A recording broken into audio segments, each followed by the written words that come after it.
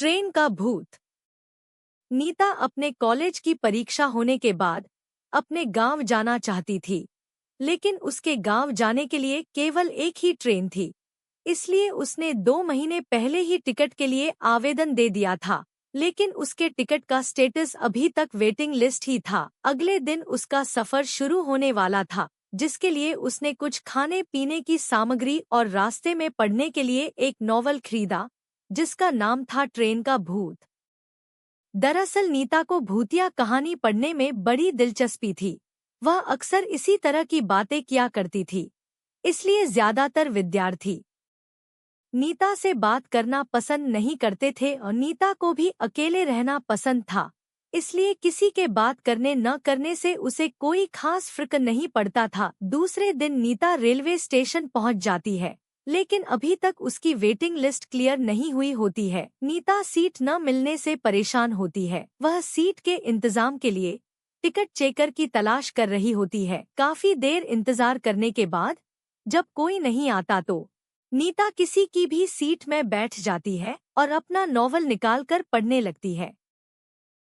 Train में यात्रियों का आवागमन चलता रहता है, लेकिन नीता भूतिया किताब में पूरी तरीके से खो चुकी होती है। किताब पढ़ते पढ़ते नीता को 2 घंटे गुजर जाते हैं। तभी ट्रेन में टिकट चेकर आता है और वह नीता से उसकी टिकट मांगता है। नीता अपनी टिकट दे देती है, लेकिन नीता का टिकट वेटिंग लिस्ट होता है। यह देखकर टिकट चेकर नीता से कहता है, क्या तुम सारी रात ऐसे ही बैठे बैठे सफर करोगे?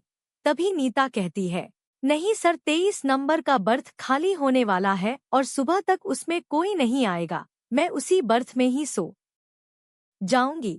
नीता की बात सुनकर टिकट चेकर को ताज्जुब होता है, क्योंकि यह जानकारी तो गुप्त है।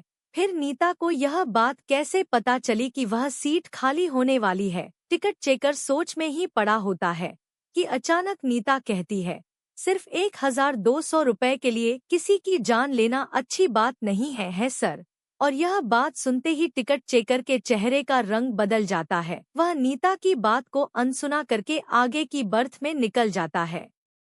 दरअसल नीता जो नॉवल पढ़ रही थी, उसमें भूतों को अपने संपर्क में लाने का मंत्र लिखा हुआ था, जिसे गलती से नीता ने पढ़ लिया था और इसी वजह से नीता के अंदर शैतानी रूह प्रवेश कर चुकी थी। नीता से मिलने के बाद टिकट चेकर बहुत घबरा चुका था। दरअसल